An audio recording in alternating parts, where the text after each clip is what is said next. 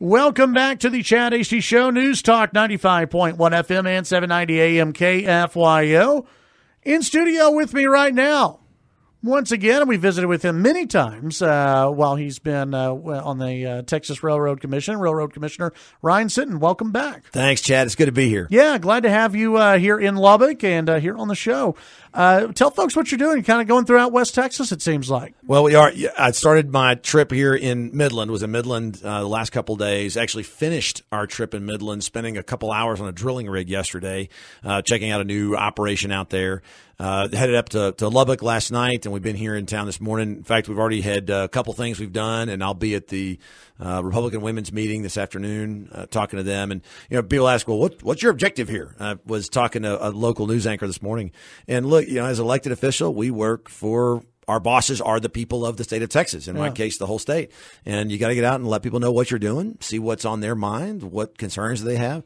And as you know, I'm a big dork engineer. So when there are oil and gas questions, man, that's me at my best to get out there and answer those questions. So that's my primary objective today. One of the things that I thought was interesting yesterday, you were in the Midland area. One of the things you were talking about, everyone sees the price of oil going up and they automatically think, hey, this is great for Texas. This is great for the Permian Basin, the Midland area. It's great for everybody.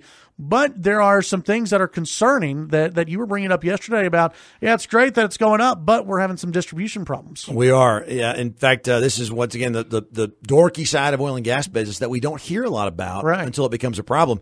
We're producing so much oil and gas in this state and so much in the Permian Basin. The challenge is, what do you do with it when you get out of the ground? You got to get it to a refinery. You got to get it to a gas plant, and that takes pipelines. And we don't have enough of them. It's a problem we've seen coming for the last year. But at the end of the day, it's up to private companies to build those pipelines.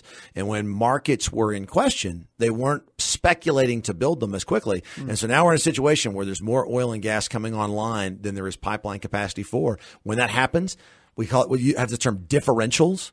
So the value of that crude and gas where it's going, like Cushing, Oklahoma, or refineries on the Gulf Coast, that value is a lot higher than what people will get paid at the wellhead in Midland. And that's a challenge because all of a sudden, man, we're not getting enough for our oil. So that's the problem we're dealing with. So are companies starting to get plans together to build pipelines, or what's going on? Yeah, with that? Plans are there. In fact, if you look out over the next two and a half years, there are already plans to build a lot of new crude pipelines and a lot of new gas pipelines as well. But the gas pipelines, there's some questions about, because how much capacity is there going to be? How valuable is gas? Mm-hmm. So the gas is the long term, the more concerning one.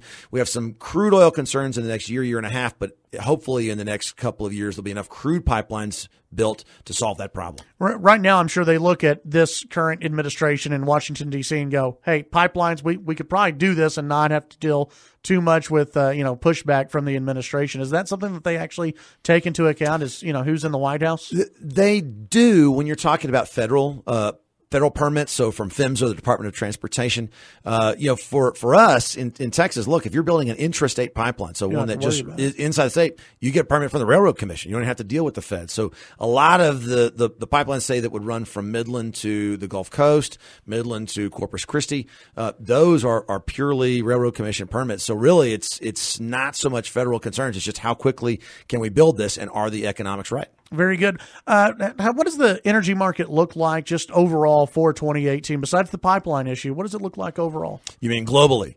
Well, yeah, globally and here in Texas. Yeah, one thing I tell people, and it's hard to overstate this, there's more optimism. The future looks brighter in the oil and gas business and the energy business in Texas than it has in a generation. I mean, the world is using more and more energy, and we produce it cleaner, cheaper, and more reliably here in Texas than anywhere else in the world. And so the world is looking at Texas saying, hey, can we buy some of that energy? Can we buy your crude oil? Can we buy your gasoline? Can we buy your natural gas? What we need to be doing is, and I mean we being private industry, but as regulators, making sure that nothing is getting in the way and that people are confident it's being done safely, that that's happening as quickly as possible to leverage these opportunities because, once again, they're as big as they've ever been. Yeah. When it comes to being a railroad commissioner and getting out and talking to people, what are some of the other issues maybe that y'all are following, that you're following, that people need to know about? Well, the issues that hit at home for most people, you asked about this before we came on, was gasoline prices, right? I mean, the average person in Texas does not work in the oil business. There's 27 million Texans. Around 1 million of them have some direct connection with the oil business. So if you're in one of the other 26 million, you don't like it a lot when you go to the gas pump and the prices are going up, right? And there's a balance there. And like you said right before it came online here, yeah, I know it's good for the state. I know it pays for roads. I know it pays for schools. Heck, our universities are being built and funded a large part with oil and gas revenues.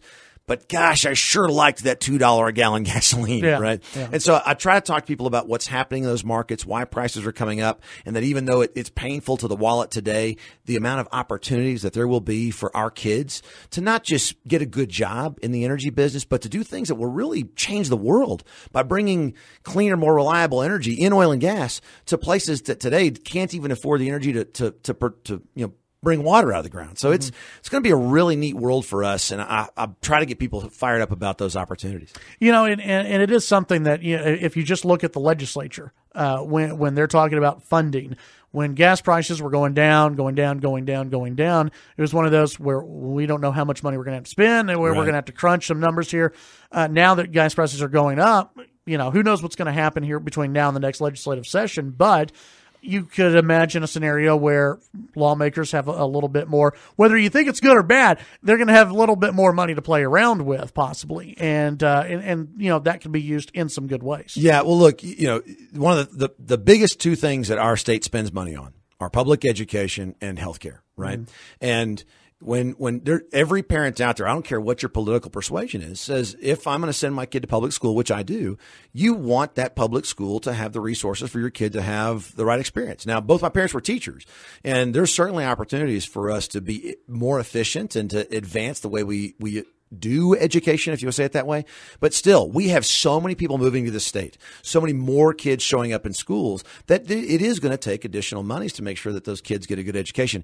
And so even if we do all the things to get as efficient as we can, with all that growth in population, we're going to need those dollars. And oil and gas is the biggest source of them. So that's pretty exciting for us. We just had a text message, a listener asking, why don't we have more refineries in West Texas? Oh, great question. And in fact, in my oil and gas experience, I'm an engineer by background, 20 years in the business. I split my time between upstream and downstream. The challenge with refineries is that they are extremely large, very complex operations. They cost literally billions of dollars to build them and operate them. And you have not seen a new refinery in this country in like 30 years. In fact, the last one was built in 1979. So 40 years now. And the reason is that it's more efficient to expand the current refineries than it is to build a new grassroots one. So because they're so complicated, so hard to run, and because as we're looking at refineries where their markets are, more and more is coming overseas. So they want to be on the coast where they can put that product into barges and ship them out. Or, even though we have a lot of new crude coming online here in Texas, it's light sweet crude. Refiners want to blend that with heavy sour crude, and they have to buy that from overseas as well. So they want to be close to the Gulf Coast where they can bring and ship out those products really easily. Yeah, and it'll be cheaper that way too. Exactly, cheaper. Before we let you go, I know you were down in Midland yesterday, and you were talking to a lot of the workers and a lot of employers out there. Are they still looking for a lot of employees, or is there still a need for workers? And let me say, Chad, I really appreciate you bringing this up, because I started talking about opportunity a minute ago. People should recognize that over the next 10 years, it's going to be a very, very positive energy environment here. There's going to be so many opportunities, so many jobs. It doesn't matter, once again, kind of what you like or don't like about the oil and gas or energy business, even in water. I mean, things that you wouldn't think of as energy. There are so many jobs we need today, everything from welders to engineers, pipe fitters, machinists, truck drivers. If people want to get into that business, man, look out, ask around, connect with folks all over the state. There's going to be so many opportunities out there that we will not be able to fill them all. And I think that's going to be good for a lot of Texans. Yeah. Texas Railroad Commissioner Ryan Sitton, as always, good to talk to you. You too, Chad. Thanks so much.